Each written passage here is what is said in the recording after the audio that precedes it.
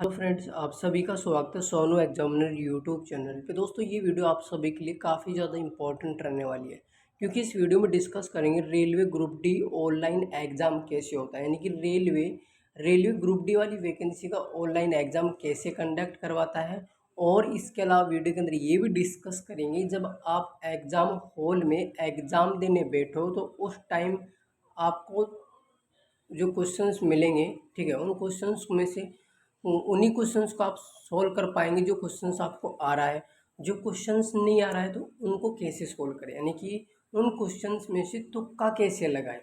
तुक्का लगाने की सबसे बड़ी विधि और तुक्का लगाने के बाद में क्वेश्चंस आपका सही होगा, जो कि इस वीडियो के अंदर मैं आप सभी को कंप्लीट इन्फॉर्मेशन दूंगा कि पेपर सोल्व करते टाइम विशेष तौर पे 3 बातों का आपको ध्यान में रख के चलना है, ठीक है।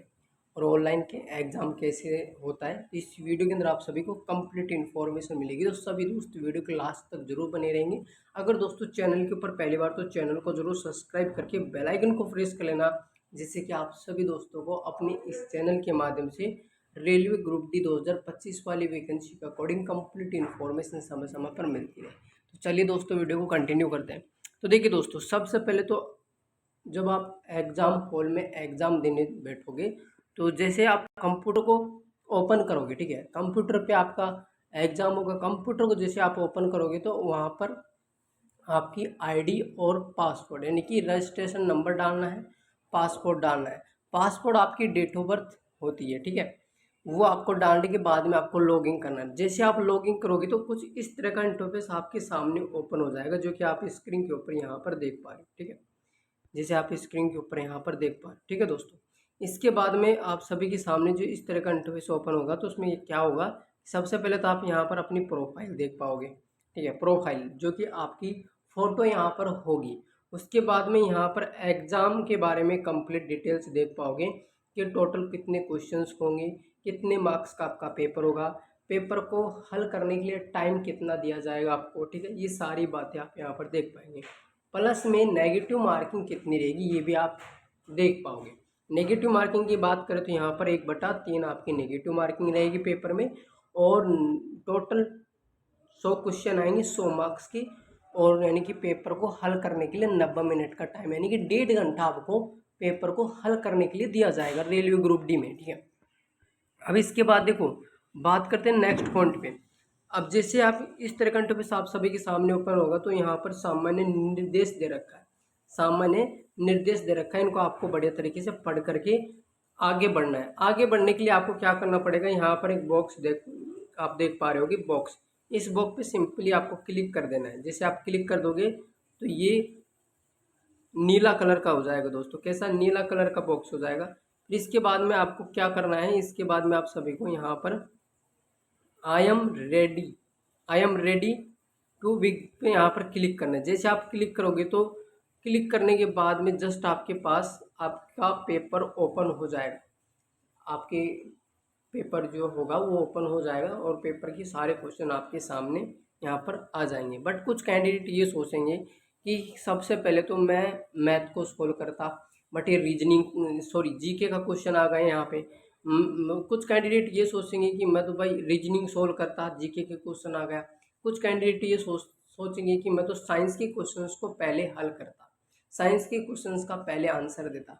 बट यहाँ पर तो जीके जीएस के क्वेश्चंस आ रहे हैं। निश्चिंत रूप से आगे चल करके मैं कंप्लीट इन्फॉर्मेशन दूंगा। देखो, जैसे कि एग्जाम्पल ही समझो यहाँ पे, अगर आप दोस्तों सबसे पहले कौन सा सब्जेक्ट हल करना चाहते हो वो आप कर सकते हो, ठीक है, कोई दिक्कत वाली बात नहीं है। जैसे कि अगर आप सबसे पहले मैथमेटिकल सोल्व करना चाहते हो तो मैथ वाले ऑप्शन पे यहाँ पे क्लिक कर दो। रीजनिंग करना चाहते हो तो रीजनिंग पे क्लिक कर दो। साइंस पे क्वेश्चंस को हल करना चाहते हो, यानी कि साइंस के क्वेश्चंस का आंसर देना चाहते हो तो यहाँ पर साइंस के ऊपर क्लिक कर दो। जीके तो यहाँ पर ऑलरेडी ओपन है। जैसे मैं आप सभी के सामने ओपन करता हूँ, जैसे कि मैथ पे क्लिक किया तो मैथ के क्वेश्चन आ गए, रीजनिंग पे क्लिक किया तो यहाँ पर देखो रीजनिंग के क्वेश्चन आ गए, साइंस पे क्लिक किया तो साइंस के यहाँ पर सारे क्वेश्चन आ गए।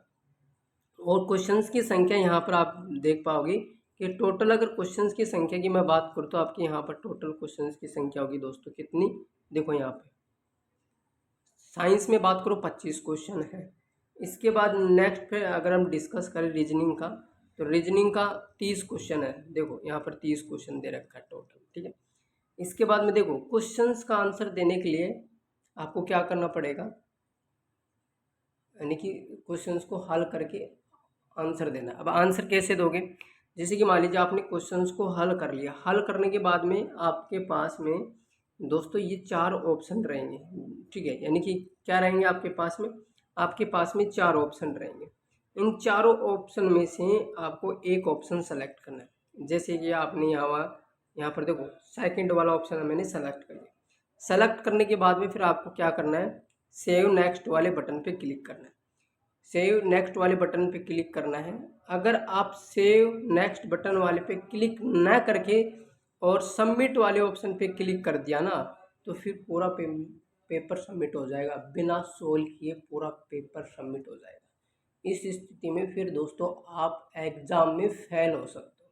तो ये विशेष तौर पे ध्यान रखना है, जब आप पेपर देने जाओ, पेपर देते टाइम विशेष तौर पे इस बात का ध्यान रखना है, क्वेश्चंस अटेम्प्ट करते टाइम, ठीक है। जैसे कि आपने ऑप्शन सेलेक्ट कर लिया, ऑप्शन सेलेक्ट करने के बाद में सेव नेक्स्ट वाले बटन पे क्लिक करना है, जैसे मैंने कर दिया यहाँ पे।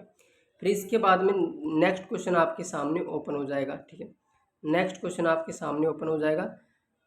अब ये सेकंड क्वेश्चन आ गया साइंस का, ठीक है। अब साइंस का सेकंड क्वेश्चन आ गया, तो भाई साहब आपको क्या करना पड़ेगा, सेकंड क्वेश्चन का आंसर देना है। जैसे कि आपने ऑप्शन सेलेक्ट कर लिया, मैंने कर दिया यहाँ पे, ठीक है। ऑप्शन सेलेक्ट कर दिया, जैसे एग्जाम्पल ही मैं समझा रहा हूँ, यहाँ पर मैं क्वेश्चन नहीं पढ़ रहा, ठीक है। ऑप्शन सेलेक्ट कर लिया। ऑप्शन सेलेक्ट करने के बाद में नेक्स्ट सेव वाला यहाँ पर बटन आ रहा होगा, सिंपल इसके ऊपर आपको क्लिक करना है, जैसे कि मैंने यहाँ पे कर दिया। फिर आपका तीसरा क्वेश्चन आ गया। तीसरे क्वेश्चन में क्या करना है, फिर आपको ऑप्शन सेलेक्ट करना है, जैसे कि बी ऑप्शन सेलेक्ट कर लिया। बी ऑप्शन सेलेक्ट करने के बाद में आपको ये 2 ऑप्शन और समझने होंगे, ठीक है। सबमिट पे तो आपको क्लिक करना ही नहीं है, इस पे तो आपको क्लिक करना ही नहीं है। सारे क्वेश्चंस सोल्व करने के बाद सबमिट करना है। और वो भी दोस्तों जब आपके पास सबमिट वाला ऑप्शन रेड कलर का या फिर ग्रीन कलर का होता है, तो उस टाइम इसको सबमिट करना नहीं होता है, तो फिर टाइम और होते ही खुद ही सबमिट हो जाएगा, ठीक है।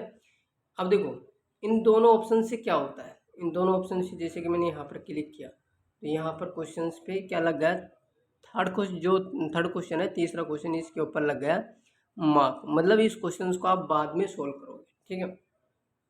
इसके बाद में जैसे कि 4 क्वेश्चन पे मैंने क्लिक किया, तो इसके ऊपर जैसे आपने क्लिक किया, तो यहाँ पर